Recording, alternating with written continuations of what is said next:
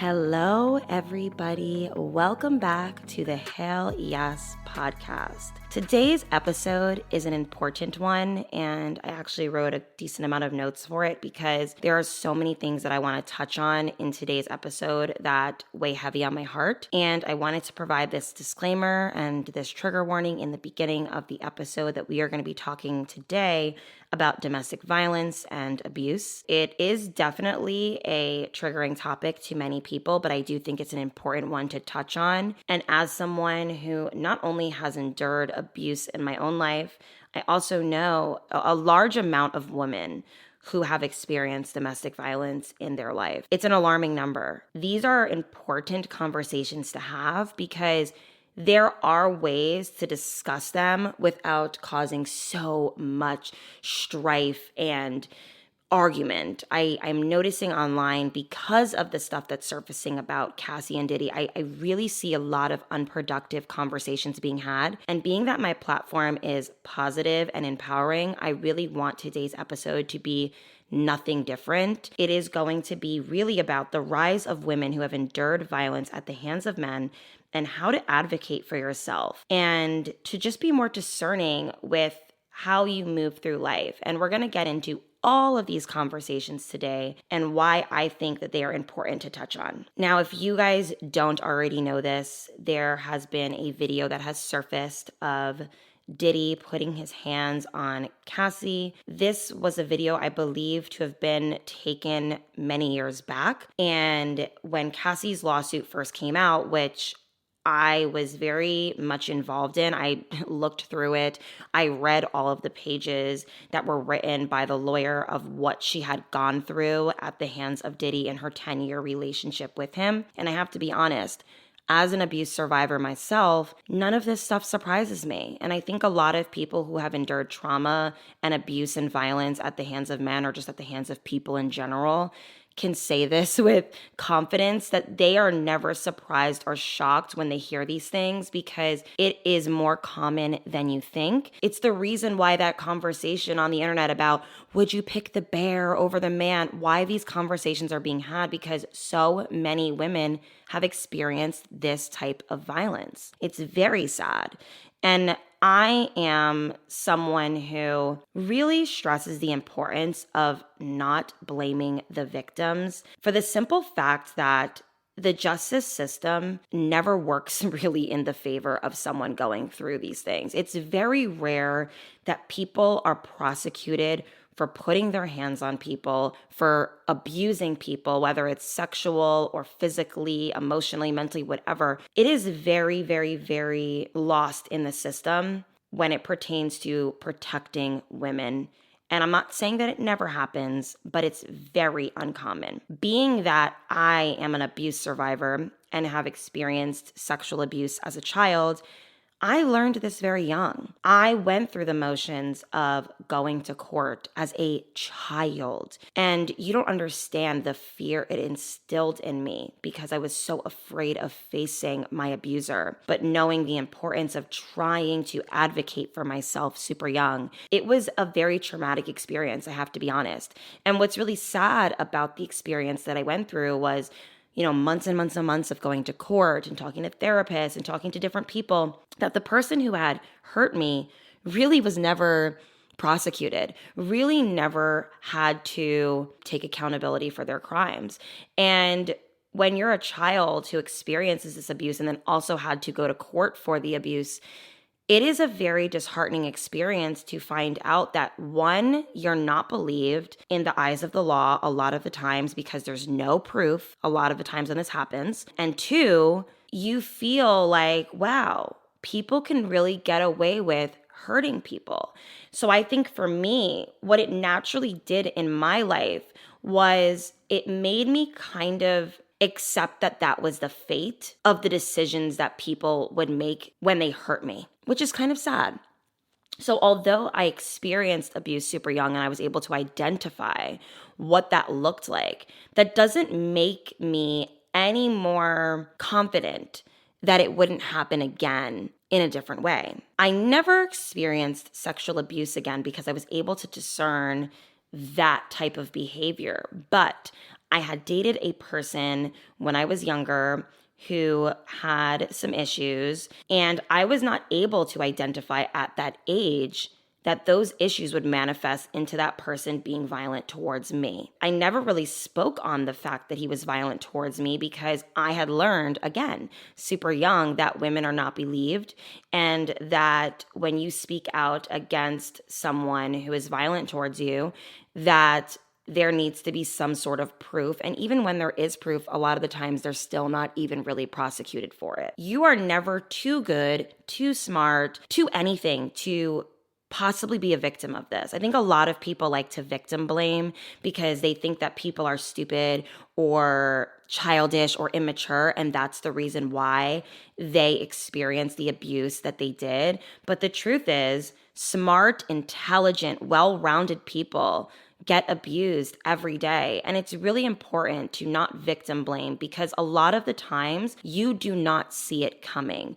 I think that there are signs of these behaviors in people, but not always do you think that those signs are going to manifest into that person hurting you. And I'm going to kind of go through some of the things, some of the warning signs of a person who could possibly do these things to you. Extreme jealousy, possessiveness, a bad temper, someone who is cruel to animals, verbal abuse, forced sex, or they disregard their partner's unwillingness to have it. They sabotage birth control methods. They blame the victim of anything bad that happens. They control all the finances. They demean the victim either privately or publicly. They harass victims at work, and they can possess extremely controlling behavior. These are things that are signs of someone who could be abusive. Now, what's interesting is not always are these signs super out there and outward. Like sometimes you can take someone being, possessive as sexy. I know for me, when I was younger, and this is why, age gap relationships or dating seriously when you're young can be harmful, and we'll get into that a little bit later. But when I was younger, I used to think that a man being extremely jealous or possessive was a sexy quality because it made me feel wanted and desired. I loved that my boyfriend was gonna go through hell to make sure that nobody would talk or look at me. Like, it would turn me on.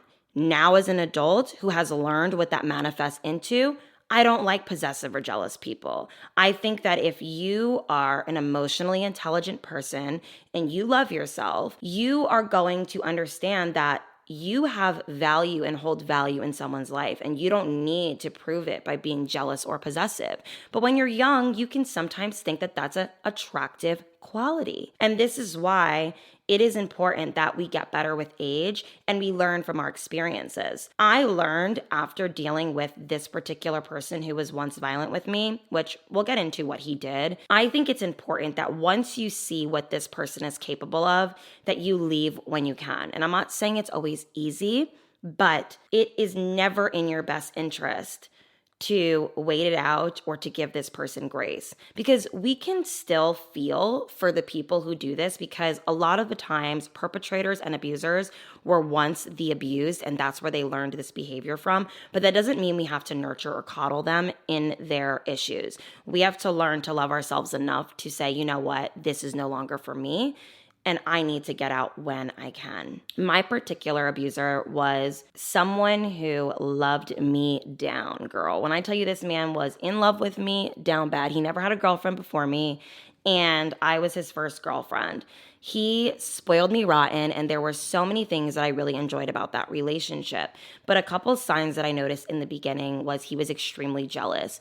At the time, I was super young. I still had Snapchat on my phone. And I remember I got a Snapchat from a boy that I was in high school with who I never had a crush on. We just all had Snapchats. And you know how you would send one photo to everybody in your Snapchat and your phone? That was kind of what happened. And I opened it when I was with the guy I was dating, and it was a very harmless Snapchat. It was like a kid being like, what's going on? And he had his tongue out. And I remember the guy that I was dating had this like Jekyll and Hyde type of moment where he was like, who's that? Like, what's that about? And I'm like, oh, it's just some kid that I, go to school with. He was like, block him. Like, I don't want, that happening. And he kind of was like normal about it. But then a couple seconds later, he got so angry and heated that he literally punched a hole in his bedroom door. Literally. Like his fist went through the door over somebody Snapchatting me. And I remember at the time, it scared me a little bit because I've never seen someone care that much. Like previous to me dating this kid, I only dated guys that barely liked me. I know, sad, right? But like I dated guys who genuinely would not even care if a man even looked at me. So this was new for me. I was young, I was impressionable. I had no idea what this meant. Did it scare me? Yes. But then a few minutes later, I was like, damn, that's kind of attractive. Like he got so angry that somebody, Snapchatted me. And now as an adult, that behavior would very much bother me. And I would never speak to someone again if they got so jealous that they punched a hole in a door. At the time, I stayed. I didn't take an issue with it. And it manifested into, I want to say a year from then, we got into a little disagreement in his vehicle, and I was yelling at him, and he kept turning up the volume on the stereo. And I thought that was so disrespectful because I'm like, I'm talking, I'm trying to get my point across. And I kept like yelling louder because he kept turning the music up, and I kept turning it down. So I finally like hit the power button to like turn off the radio altogether, and he takes his hand and pushes my head against the window of the car and holds my head there. Like literally takes my head and shoves it into the window and just holds my head there.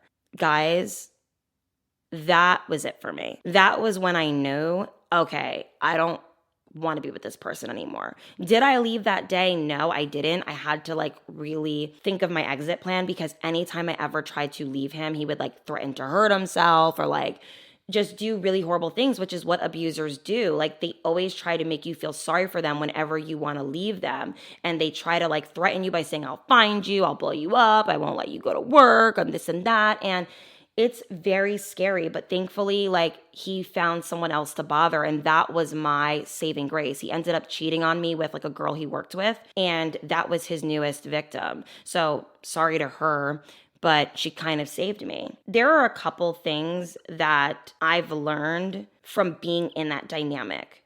One being, there is a reason why I think I stayed. And it was because, number one, abuse felt normal to me. Although I was not abused in my home growing up, because I had endured sexual abuse as a child, I just started thinking, okay, maybe this is just what men do. Maybe they're just so broken that they can either be unkind or hurt you, and it's their way of being like, releasing that stress. So abuse can feel normal to people, and that is why they stay. Another reason why people stay in bad relationships, and I know for me, it had to do with like an attachment situation. I felt very attached to that person, and I was afraid of what my life would look like without them. I think a lot of people also stay in bad relationships because of shame and low self-esteem. Also, a lot of the times abusers prevent you from leaving. That was another reason. Like a lot of people I was noticing online that were like kind of victim blaming Cassie, which we're going to get into in a second. They kept saying, well, why didn't she leave? Hello, did you guys see the video? It literally was her trying to leave.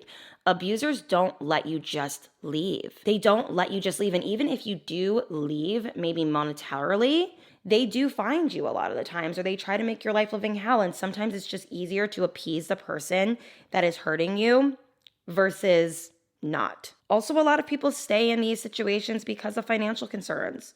I don't really know the Cassie and Diddy situation, but I'm sure that you're with a man for 10 years and the age gap, it was so significant. She met him when she was 19. I believe he was 37 or 36. That is a significant age gap, and it's inappropriate. And I take great issue with these particular age gap relationships for the simple fact that this is a young, impressionable woman who is just starting her womanhood. Just starting. And this is a grown-ass man. And I'm not judging everyone and anyone in age gap relationships because sometimes they work.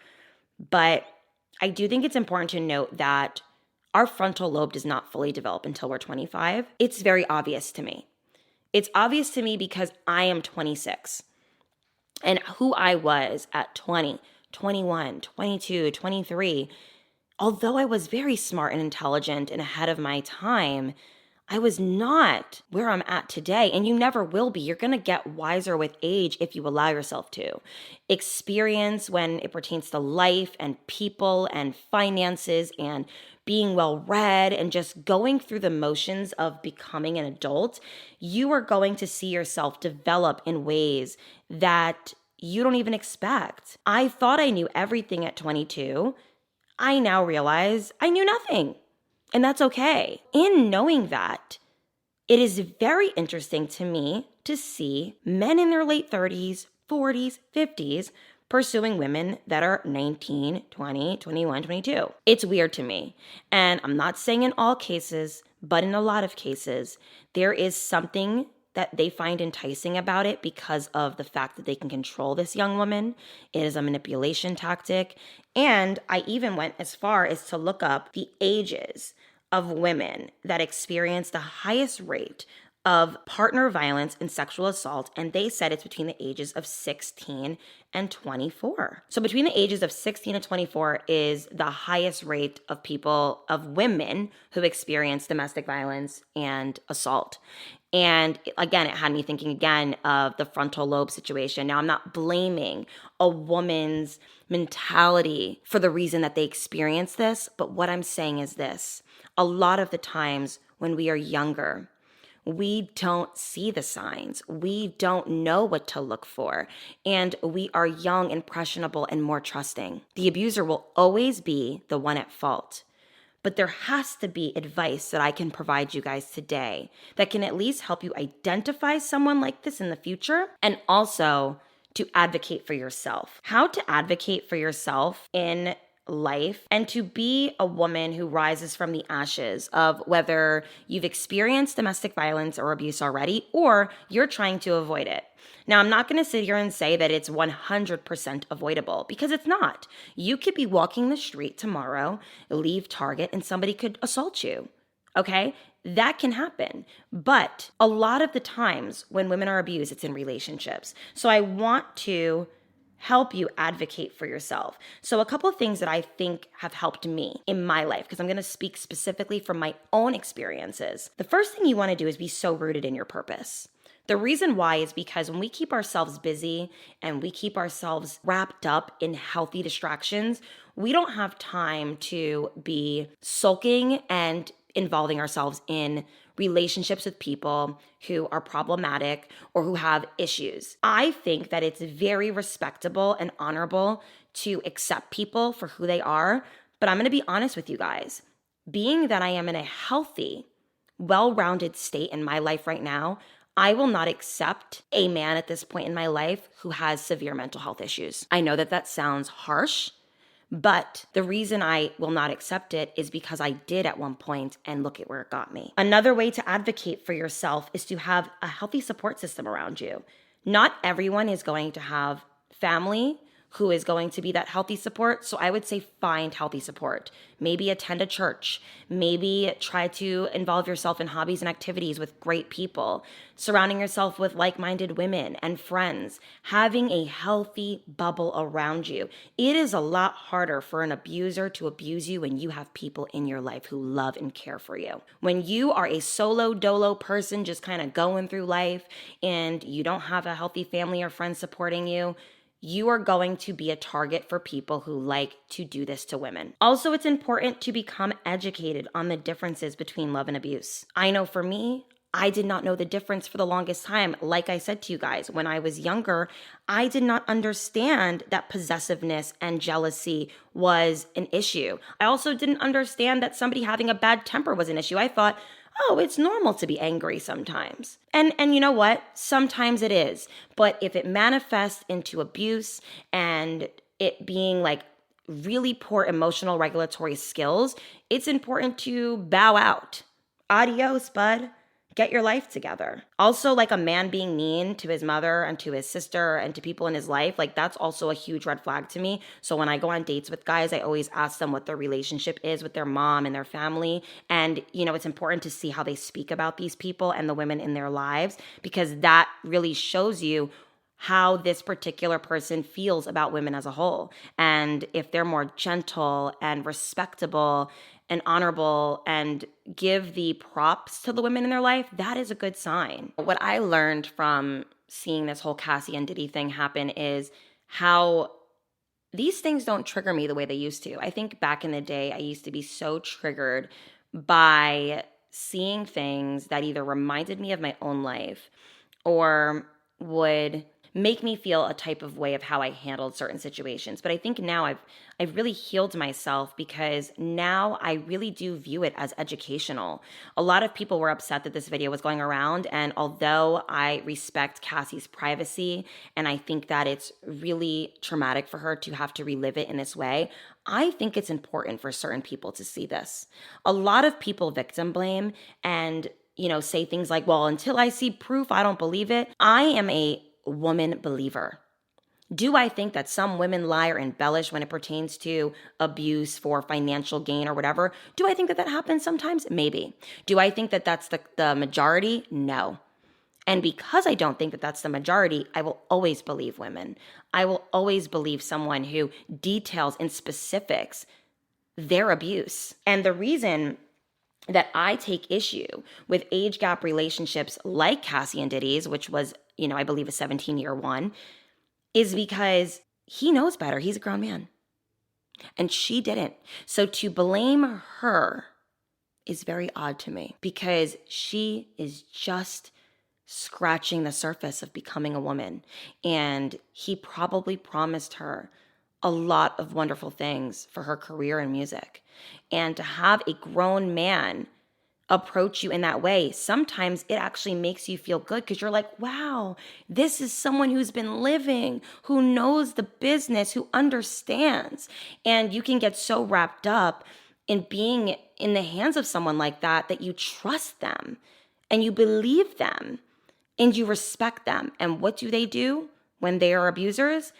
They use that power to hurt you. And I take issue when I know for a fact that a man purposefully seeks younger women. I never said that I have an issue with age gap relationships that happened harmoniously and align, but if a man is purposefully seeking younger women only, that tells me a lot about that person. And it's that they believe that young women are more controllable, that they are more impressionable. And I have even asked guys that I've dated in the past, because there was a guy that I spoke to one time who told me that I was the oldest he was willing to date. And this was back when I was 24. He said this to me. And I thought that was a very alarming statement. And I said, excuse me, because I believe he was 30. And he said, yeah, because usually women that are 25 and up have experienced so much trauma and have gone through so much in life that they're just not free spirited, and they just don't want to live life and just be free and whatever. I don't even remember exactly what he said, but he said something so stupid. And what that to me translated to was young women are easier to lie to and possess. That's what it said to me. So obviously I never spoke to him again. Know that. And keep in mind that whenever I develop my own thoughts and opinions on these subjects, it's because of what I've went through. It's because of the things that I've seen my friends go through. To know that I have friends that have experienced brutal domestic violence, and I know this for a fact, and I've seen it, these conversations need to be had. These conversations need to be had. Even though they are uncomfortable, even though they are hard to discuss, I think that the best way to have these conversations is to teach women how to be independent and to be thinking for themselves and to advocate for themselves and to surround themselves with like-minded people who have not only also experienced hardship, but have been able to rise from it. There is something so beautiful about being able to look up to someone who has endured so much trauma and abuse and still lives a beautiful life. I saw something years and years and years ago. I don't know if it was in a book or whatever, but I remember reading the abuse that Oprah had went through, and to have known that she had became like a billionaire and a maven for women. And I'm not going to get into like the negative things about Oprah at this point, because at the time I didn't know that. But I remember thinking, oh my God, there is hope for women who have experienced sexual abuse or trauma or domestic violence, that we can turn out okay. What a beautiful thing to see. It literally was something that was in front of me. And I want to be that person for you guys. I am not too smart and too good and too successful to go through those things. I am a regular woman just like you. And guess what? You can be independent, smart, successful, and wonderful and still go through these things and still be a target. But guess what else? You can also identify these things early so you can at least avoid most of these things. A lot of this is avoidable. It isn't always, but a lot of it is. Getting therapeutic help is also important, and I think that's a great way to advocate for yourself. And stop blaming yourself. You didn't know what you didn't know. I don't look back at my experiences and do the shoulda, woulda, coulda dance. For a really long time, I used to blame myself because I would say, well, why did I let that happen? And why did I allow that person to do that to me? You want to know something? When you are getting abused by a person who you trust, love, and respect, it's confusing when they do something to you. It feels like you got hit by a bus. And I have asked my friends and people that I've spoken to who have been abused what they did when their abuse happened to them, and they all said the same thing. I was so shocked that I just took it. I just took it. And that's exactly what I did, because it was so unfathomable that somebody could do this. And a lot of the times people earn your trust and earn your respect before they hurt you. So again, how to rise from these situations is to advocate for yourself, is to unlearn unhealthy patterns, is to reparent yourself, is to stick up for people who this happens to, and to believe women who say that this is happening to them, to be a safe space for yourself and for others. I had this conversation on my Instagram, and I'll kind of conclude with this today. I brought up that I was going to be speaking about this subject on my Instagram, and I had brought up the age gap situation, and some women were very supportive. Actually, most of the women were very supportive, but I had a few in my DMs who had said, like, you shouldn't judge age gap relationships. Like, you don't know what what they went through, and you don't know, and not everything is predatory and this and that. And it's like, no, you're right. Not everything is. So why are you taking what I'm saying personally? Not always when people speak is it an all or nothing mindset. But the truth is this. A lot of the times it is that way. And for the simple fact that it's a great number of people who have been in these relationships similar to Cassie and Diddy, where there was a huge power struggle, there was an age difference that was inappropriate. There is something to be said about the age, the abuse, and the power. I think that they all coincide. Do I think that if she was closer to his age, that he would still do the things he did? Maybe. He is an abuser after all. But I do think that abusers do this to younger women because they know younger women are more likely to stay and endure the beating a little longer than a woman who is seasoned. That doesn't mean that women that are seasoned don't get abused. That doesn't mean that women who have experienced life don't get abused. I just think that when you get older, you become more discerning. You are able to identify abuse a little bit earlier.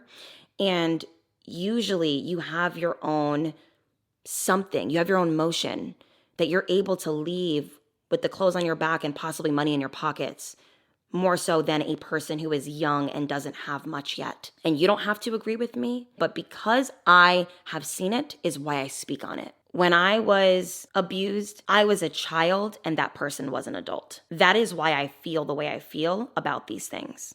I will always stand on that hill. I'm proud to stand on it. I will always advocate for women, and anything and everything I do is to help those who are trying to evolve, grow, and be in a safe, loving environment for themselves. This is all about becoming happier, better, smarter, and just overall more discerning. I hope that you guys got something from this episode. I think it's a really beautiful thing seeing women come together and talk about these subjects. And women that have endured violence at the hands of men, just know you are not alone. Please seek help if you are in that situation currently. There are definitely ways that you can get yourself out. And I am praying for all of those who have experienced that. And I promise you that on the other side of this abuse is victory. You can have a beautiful life too. And I am living proof of that. And so is Cassie. This woman has a beautiful husband and children. And I am so happy for her. I really am. And I hope that she's doing okay. I love you guys so much. I hope you enjoyed today's episode. I know it was all over the place. I had a lot to discuss today. And yeah, we will talk next Tuesday. Bye, everyone.